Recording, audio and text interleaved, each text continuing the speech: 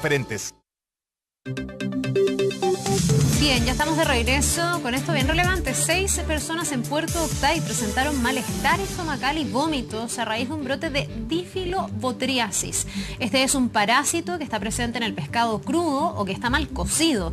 Vamos a profundizar en esta infección, entender además qué complicaciones puede tener. Estamos para eso con Ronald Pérez, él es académico de la Escuela de Tecnología Médica de la Universidad Andrés Bello. Muchísimas gracias por estar con nosotros y bienvenido. Muchas gracias por invitarme. Leía yo que este es el parásito más grande que puede afectar al ser humano, ¿eso es cierto? Exacto, de hecho hay casos en los que el parásito alcanza de 15 a 20 metros en el intestino. Cuando decimos parásito estamos hablando básicamente de un gusano. Exacto. Que aparece en los intestinos de las personas. Exacto. Sí, ¿Por qué? Tiene un ciclo de vida bien complejo que involucra varias especies, algunos crustáceos muy pequeños, los peces y el ser humano. Alcanza el estado adulto en el ser humano y ahí donde crece y se desarrolla, alcanzando las longitudes de 15-20 metros en algunos casos. De 15 a 20 metros. Exacto. Podría estar, ¿y qué? Está como enrollado dentro del intestino. Exacto. Para alcanzar a medir eso. ¿Y hay casos registrados en el mundo donde haya habido este tipo de gusano? Exacto. Muchas veces incluso puede producir obstrucciones intestinales y una serie de sintomatología un tanto inespecífica, pero que dan cuenta de la mala absorción de alimentos, anemia. Eso leía yo, que este gusano en el fondo se alimenta de los nutrientes de lo que uno come. Exacto. Entonces que empieza a haber en la persona que lo padece una falta de nutrientes, hay problemas en la absorción del cuerpo de esos nutrientes. Me imagino yo que la baja de peso entonces puede ser un síntoma. Exacto, diarrea, baja de peso, debilidad general, en casos más graves anemia también, megalolástica por déficit de vitamina B12, Ya. pueden ser algunos de los casos. Ahora, ¿qué tan prevalente es algo así? Porque estamos con un brote en Puerto Octay. Uno se pregunta si esto es algo aislado o es algo que a lo mejor hoy día es más mediático, pero que puede pasar permanentemente en la vida de una persona que come pescado crudo. En Chile cada día se come más pescado crudo por el ceviche, Claro. que a veces tienen apenas un toque de un hervor, digamos.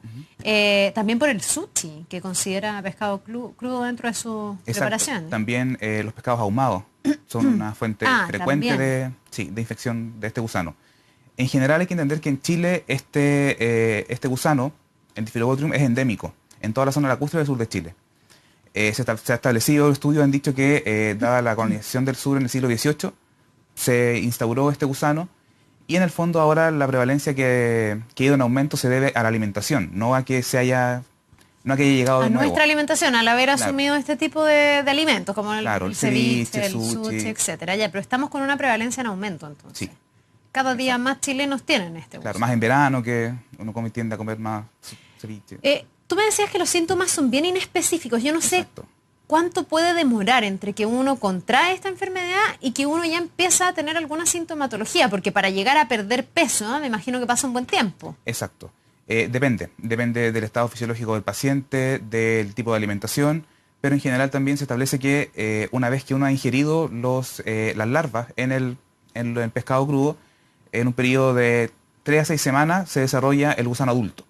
Y una vez el gusano adulto es el que empieza a competir, digamos, por tus nutrientes. Ese es el que te genera problemas, en el Exacto. fondo, la absorción de nutrientes y otras cosas. Sí. ¿Cómo se diagnostica un gusano de estas características? En general, con la sintomatología del paciente hay varias opciones. Cuando hay muchos gusanos muy grandes, los pacientes pueden presentar vómitos y pueden expulsar parte del gusano, o a través de las heces también. Uno podría a simple vista darse cuenta. Cuando en las heces se encuentran segmentos grandes del gusano. Y también el examen más preciso es el análisis microscópico de los huevos que uno expulsa a través de las heces. ¿Qué tan difícil es el tratamiento de una enfermedad como esta? No es tan complejo. Hay algunos antiparasitarios que están bien probados, son bien seguros también, pero lo difícil está en controlarlo.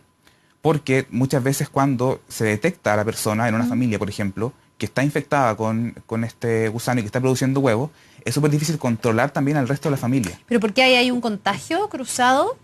Si es que yo tengo el gusano, ¿se lo puedo pegar a alguien de mi familia? Es difícil, eventualmente podría ocurrir, pero ocurre más vía, digamos, consumo de pescado porque las aguas hervidas llegan muchas veces a los lagos o al río de agua dulce, en donde los peces consumen, los crustáceos consumen el huevo, luego el pez consume el crustáceo y nosotros al pez y así se va perpetuando el ciclo. Ahora, nosotros tenemos forma de prevenirlo, porque aquí el riesgo es Claro. comer el pescado crudo. Crudo. Si uno come ese pescado bien cocido, ¿nunca va a contraer este gusano? Generalmente temperaturas de cocción del pescado sobre 90 grados Celsius tienden a eliminar completamente las larvas que se alojan en el músculo de los pescados. Ah, y se alojan en el músculo de los pescados. No Exacto. sé, porque también podría ser que el pescado en apariencia esté cocido, pero que haya lugares donde no me quedó del todo cocido. Exactamente. Y ahí también podría estar asumiendo el riesgo de generar esta enfermedad. Sí, por eso lo mejor es comer pescado bien cocido. Y otro método de prevención es congelarlo. Congelarlo mínimo 18 horas por debajo de los 24 grados. Ahora, congelar el pescado a menos de 20, 24 grados es difícil. Generalmente los refrigeradores, los freezer en las casas están a 18 grados bajo cero, a máximo a menos 20. Tú me dices que debiésemos superar los menos 24. O sea, es difícil que por haber congelado el pescado hayamos matado este bicho. En una casa es complicado. Generalmente eso se establece más a nivel industrial, cuando hay congeladores que tienen gran potencia. Claro, y los restaurantes, etcétera, que a lo mejor además tienen que cuidarse más de este tipo de brote. Ahora, ese también es otro tema, que uno a veces no sabe cuál es el tratamiento que ha tenido ese pescado. Exacto. Y también es importante recordar que el jugo de limón, en el caso del ceviche, no elimina el parásito, no. Claro, porque muchos dicen, no, con el limón estoy cociendo en el fondo el pescado y eso no es así, no alcanza a agarrar la temperatura que se requeriría. Sí, exactamente. No, Oye, ¿esto es en cualquier tipo de pescado o hay pescados que tienen más posibilidades? O sea, no sé, ¿qué es lo más comido en Chile? La reineta, el salmón. Pensando en el ceviche, en el sushi, el salmón también crudo. ¿Hay tipos o especies de pescados que tengan mayor presencia de este gusano o es todo por igual? Particularmente en Chile, la zona lacustre, la trucha y el salmón son uno de los peces que más presentan las larvas del gusano. Ya, pero eso tiene que ver porque también en esas aguas hay más de ese tipo de pescado. O sea, cualquier pescado, cualquier pez, antes de ser pescado, está expuesto a comer estos huevos y por lo tanto después contagiar al ser humano. Exacto. Sí, bueno, aclarar que lo que come el pescado es crustáceo.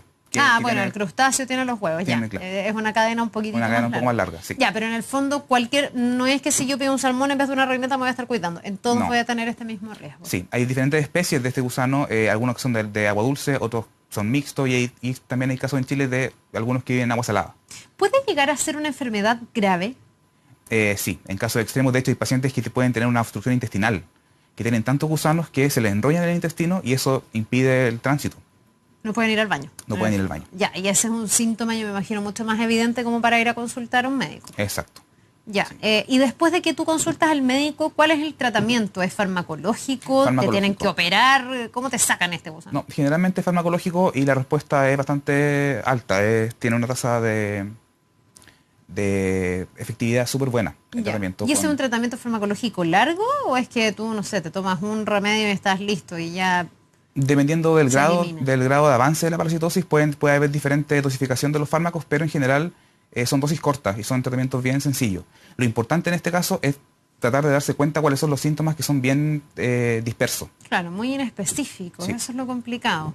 Ya, pero algo más que uno pudiera ver, porque tú me hablaste de vómitos, pero eso ya en casos más complejos. Claro, me hablas de un malestar generalizado, me dices que un poco de dolor de estómago. Sí. La verdad es que son cosas que uno podría atribuirlas a otras enfermedades. El gusano adulto tiene la particularidad de que tiene varios segmentos que se van desprendiendo en el intestino. Es como que fuera por pedacitos ese gusano. Exacto. Entonces, ocurre muchas veces que los pacientes en las heces eliminan parte del segmento y ese segmento es fácilmente identificable. Ahora, para hacer un análisis más preciso tendríamos que hacer un análisis microscópico para evaluar la presencia de los huevos, que es lo que expulsamos los seres humanos. Ahora, tú me hablas de los adultos. ¿Esto no afecta a los niños o también tenemos niños que adquieren esta enfermedad? También, no, yo me refiero a adultos solamente, el del gusano en su forma adulta. Ya. Sí. Ya, pero los niños también podrían contagiarse. Sí, también. Ya. La recomendación entonces por ningún motivo comer pescado crudo. Cuando tenemos un brote como el de Puerto Octay, ¿es que hay una situación particular que a lo mejor en esa zona está generando esto? ¿O es que ahora están los medios pero permanentemente estamos teniendo personas con esta infección? Yo pienso que permanentemente está esto ocurriendo, dado que la zona lacustre en Chile contiene este gusano de forma endémica, hace bastante tiempo. Tú me decías que es un poco introducida, de hecho, ¿no? Claro, se establece que... La colonización alemana en la zona y que ahí trajeron pescados... En el siglo XIX particularmente, claro, se trajo el gusano que era muy prevalente antes en Europa del Norte, en la península escandinava. Y de esta manera se instaló en nuestras aguas y sonamos. O sea, esto está ahí y convive con nosotros. Y va a estar siempre. El punto es que tenemos que controlarlo nosotros en la alimentación. ¿Y eso significará que si voy al norte de nuestro país y como pescado no me va a pasar nada? ¿O también podría haber una probabilidad de que estén infectados? También hay una probabilidad. Nada puede asegurar que en los pescados del norte no haya, que no estén infectados con la lata. Claro, además que esta no es la única razón para no comer pescado crudo. Porque ahora estamos hablando de esta enfermedad, pero también hay otros brotes a veces de otras enfermedades que hacen que comer pescado crudo sea realmente riesgoso. Exacto. Sí, hay muchos otros parásitos también, bacterias que pueden vivir en los peces y siempre lo recomendable es cocerlo. Ya. Oye, ¿solo en los peces? ¿O esto también puede estar presente, no sé, en moluscos? Tú me hablabas, no sé, o a lo mejor otro tipo de alimentos, los mariscos, etcétera. ¿Yo podría encontrar este mismo gusano? En particular en el caso del Diphyllobotrium, su ciclo de vida es bien específico a algunas especies, particularmente al zooplancton, que son estos crustáceos pequeños de los cuales se alimentan los peces. Claro, nosotros los peces. Pero se puede también generar una infección en animales, como en perros, en cerdos. Sin embargo, en ellos, al gusano le cuesta mucho más reproducirse, más vivir, por así decirlo. Ya, no tiene un hábitat tan bueno. Claro. Ya, pero yo te preguntaba, no sé, si me como unas machas a la parmesana, ¿pueden esas machas estar contaminadas? ¿Puede ser que al comer también mariscos pueda ingerirlo o no? Porque no cumple la misma cadena alimenticia y por lo tanto no tienen este bicho. La probabilidad es mucho menor. Y cuando hay infección, cuando hay presencia de coracidios o de algunos huevos en otras especies, generalmente son menos viables. Ya, además que yo te puse el ejemplo de las machas a la parmesana, pero es un mal ejemplo porque esas van cocidas. Van cocidas, exacto. Pero hay gente que se come también, solo con el limón, las ostras, no sé, y otro tipo de marisco. Sí, y eso igual representa un riesgo. Eso también es un riesgo, también habría que evitarlo. O sea, no solo pescados. No, y no solo por el gusano, sino también por muchas otras infecciones que pueden haber también en eso. Sí, pues bueno, estamos hablando generalmente de la María Roja, estamos hablando de varias como brotes que a veces vienen en vedas, incluso en torno sobre todo a los mariscos. Ya, por ningún motivo entonces, pescados crudos ni mariscos crudos, a cuidarse porque si no uno puede contraer hay para finalizar, ¿algún factor clave para decir ya, ahora sí que tengo que ir al médico? Pues ya que te empiezas a sentir tan mal que en el fondo con el tiempo inevitablemente vas a consultar. Exacto, debilidad extrema, casos de anemia, la sintomatología en general bien inespecífica, por lo tanto también el análisis de las heces, fijarse un poco, podría ayudar. Claro, eso es como lo más visual o lo más evidente. Claro, lo que uno podría hacer, digamos. Ya, pues vamos a quedarnos pendientes a lo que pasa con este brote, ojalá que se vaya como restringiendo, pero al final, raya para la suma, la regla de oro es siempre consumir el pescado y los mariscos bien cocidos. Bien cocidos. Bien cocidos. Muchísimas gracias. Que te vaya muy bien.